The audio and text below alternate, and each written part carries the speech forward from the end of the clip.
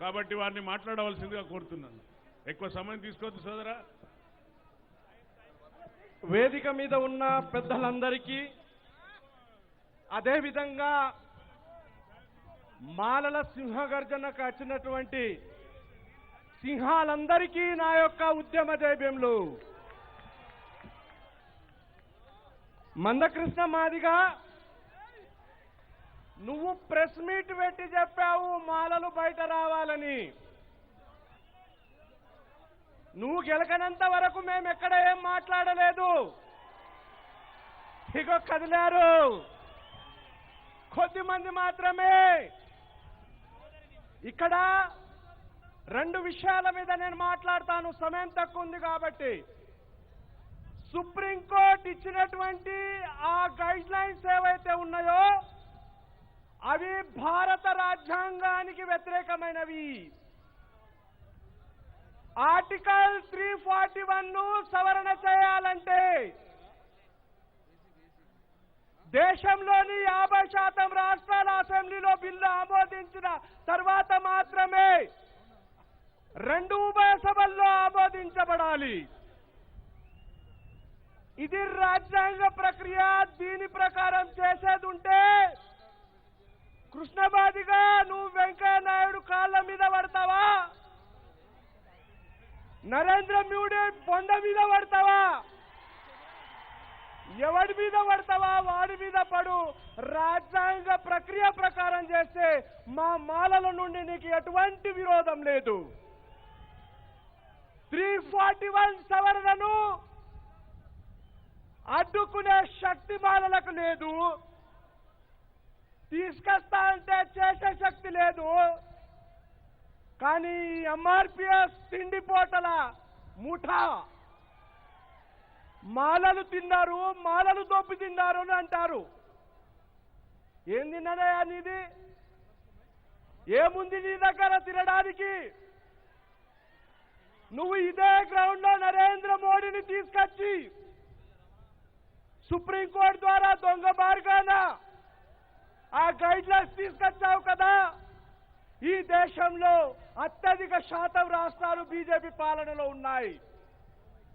అదే నరేంద్ర మోడీ దగ్గర వెళ్ళి 50% రాష్ట్రాల అసెంబ్లీలో బిల్లును ఆమోదించు. మాకు ఏ విరోధం లేదు. గతం నుండి నేటి వరకు ఈ తిండిపోతూ దొంగల ముఠా మాలల్ని అవమానిస్తూ మాలను దోచుకున్నారు, మాలను దొబ్బి తిన్నారు అని మాలల్ని ఎంత నిర్వీర్యం చేశారంటే, మిత్రులారా ఆలోచించే విషయం ఆలోచిద్దామా? ఒక చదువు లేనోడు, 4వ తరగతి కూడా చదువు లేనోడు మమ్మల్ని బోనులో నిలబెట్టే ప్రయత్నం చేస్తే ఈ 30 సంవత్సరాలు సహించాం. ఇప్పుడు సహిద్దామా? ఏం చేద్దాం? బొంద పెడదాం. వాడి అబ్బాది తినట్లేదు, వాడి అయ్యాది తినట్లేదు. రాజ్యాంగం నాకు ఇచ్చిన హక్కును నేను వాడుకుంటున్నా. నీకు చేసేది ఉంటే భారత రాజ్యాంగ ప్రక్రియ ప్రకారం చేసుకో, నాకు ఎటువంటి విరోధం లేదు. కానీ దొంగ మార్గాన వచ్చి మాలలు దోచుకున్నారు, మాలలు దొబ్బు తిన్నారంటే అసలు వదిలేదే లేదు, వదిలే ప్రసక్తే లేదు. నీకు చేసేది ఉంటే చట్టబద్ధంగా చేసుకో. ఈ సభాముఖంగా చెప్తున్నా, మాలలు సంఖ్యలో తక్కువ అన్నారు, తడుస్తే ఏం కారండి. ఒక విషయం గుర్తుపెట్టుకోండి, 30 సంవత్సరాల అవమానాలకి సమాధానం. మీరు తడిస్తే కరిగిపోతారా?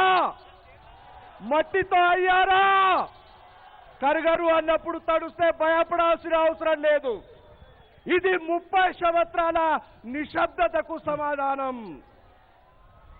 మనం తడిచి ముద్దలైనా ఈ సభను యథావిధిగా కంటిన్యూ చేద్దాం.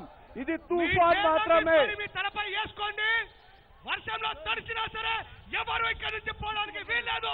మన సత్తాయంతో చాటి చెప్పుదాం. ఇది మన సమయం, గుర్తుపెట్టుకోండి. 30 సంవత్సరాల నుండి నిన్ను సహించాం. 30 సంవత్సరాల నుండి మా సోదరులే కదా అని మేము తెర మీదికి రాలేదు. మాకు శక్తి లేక కాదు, మాకు దమ్ము లేక కాదు. నువ్వు గెలిచావు కాబట్టే ఈ రోజు మేము వచ్చాం. ఈ సభతో అంతం కాదు. మాలలు మొదలు పెట్టరు, మొదలు పెడితే ఈ దేశం తరమే కాదు వాళ్ళని అడ్డుకోవడం. భీమా కోరేగావ్ సాక్షిగా 28 మంది పేష్వా బ్రాహ్మణుల సైన్యాన్ని నరికిన చరిత్ర మనది. కాబట్టి ఈ సభ ఎవరికి విరోధం కాదు. నాది రెండవ అంశం. నా రెండవ అంశం ఏమిటంటే సుప్రీంకోర్టు గైడ్ లైన్స్ ఇవ్వగానే మన రాష్ట్ర ముఖ్యమంత్రి వర్యులు గౌరవనీయులు రేవంత్ రెడ్డి గారు అసెంబ్లీలో ప్రకటన చేస్తారు. మొట్టమొదటగా నేనే ఇంప్లిమెంట్ చేస్తా అని. రేవంత్ రెడ్డి గారు మీకు ఒక రాష్ట్రానికి ముఖ్యమంత్రి. ఎలక్షన్ కంటే ముందు ఇదే కృష్ణమాదిగా నిన్ను బొందబెడతా, నిన్ను ఓడిస్తా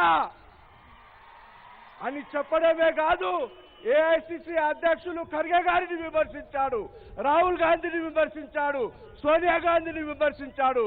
నీకు ఓట్లు వేసింది మేము, నువ్వు గద్దెనెక్కింది మా ఓట్ల మీద.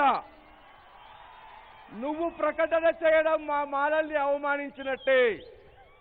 రేవంత్ రెడ్డి గారు ఈ సభాముఖంగా ఒకటే ఒక రిక్వెస్ట్, ఈ దేశంలో ఉన్న బీజేపీ పాలిత రాష్ట్రాల్లో మొదటగా వర్గీకరణ చేయమనండి, ఆ తర్వాత మీరు చేసుకోండి. మిత్రులారా,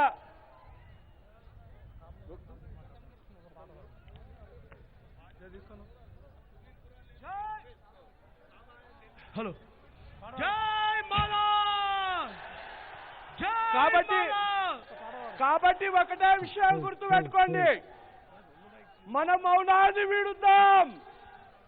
మన మౌనాన్ని విడుద్దామా? మన నాయకులు మన కొరకు వచ్చారు. కాకా గుడిసెల వెంకట స్వామి వారసులు వివేక్ వెంకట స్వామి గారు మనకు నాయకత్వం వహిస్తున్నారు. గౌరవనీయులు నాగరాజు సార్ ఆధ్వర్యంలో, గౌరవనీయులు వినోద్ సార్ ఆధ్వర్యంలో వాడన్నాడు, మాలలు నోరు విప్పాలి. నోరు విప్పినాం, బయటకు వచ్చినాం. ఇప్పుడు ఆగము, మా శక్తిని చాటుతాం, మా వాటాను తీసుకుంటాం, మా శక్తిని ప్రదర్శిస్తాం, రాష్ట్రంలో మాలల తడాకను చూద్దాం. ఇప్పుడు ఆగేది లేదు. ఈ పోరాటం ఇది మొదలు మాత్రమే. దీని తర్వాత ఇంకా పోరాటాలుంటాయి. కాబట్టి మిత్రులారా, ఈ తుఫాన్ వర్షమే, మీరు ఎక్కడ భయపడాల్సిన అవసరం లేదు. ఇది ఎక్కువగా ఉండదు, అత్యంత స్వల్ప కాలంలో ఆగిపోతుంది. దయచేసి ఎవరు కూడా ఇక్కడ నుండి కదలొద్దు. ఈ సభను విజయవంతం చేయాలని మరొకసారి వేదిక మీద ఉన్న పెద్దలందరికీ, ఇక్కడ వచ్చేసినటువంటి సమతా సైనికులకు, నా మాల రక్త బాంధవులందరికీ ఉద్యమ జైబీలు తెలుపుతూ సెలవు తీసుకుంటాను. జై భీమ్, జై భీమ్. ఇట్లా మాట్లాడితే కాదు. మనం నీరెడ్డి కాలం, నీళ్ళకి భయపడతాం, వర్షానికి నీరెడ్డి కాలం. జై భీమ్. వర్షానికి భయపడద్దు సోదరులారా. నినాదం ఇస్తే హార్ట్ అటాక్ వచ్చి చచ్చిపోవాల మంద ఏలియా. జై భీమ్, జై భీమ్, జై మాలా, జై మాలా, జై మాలా, జై మాలా, జై మాలా, జై మాలా. Thank you very much. జై భీమ్. అందరూ ఒకసారి దయచేసి, ఎందుకంటే మీడియా టైం అయిపోతుంది కాబట్టి ఒకసారి వేదిక మీద చేతులెత్తి మీ ఐక్యత తెలపాలని కోరుకుంటున్నాను.